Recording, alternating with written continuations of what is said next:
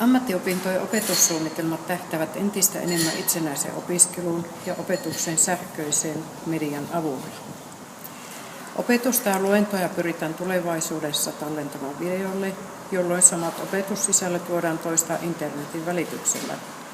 Näin opetukseen ja oppimiseen ei välttämättä tarvita suuria opetustiloja, kun oppiminen tapahtuu kotoa käsin. Miten keskittäminen vaikuttaa suurten yksiköiden käyttökatteisiin? Tyhjenevätkö opetussalit ja käytävät? Miten opetussisältöjen siirtyminen sähköiseen mediaan vaikuttaa opettajan ammattiin? Vähenevätkö tunnit ja työpaikat? Taantuman aikana pyritään keskittämään ja säästämään. Tästä näkökulmasta katsottuna esimerkiksi arkipäivän ulkopuolella järjestetyn osaava opettajatapahtuman opetukset olisi voitu hoitaa verkossa ja oppiminen kotona.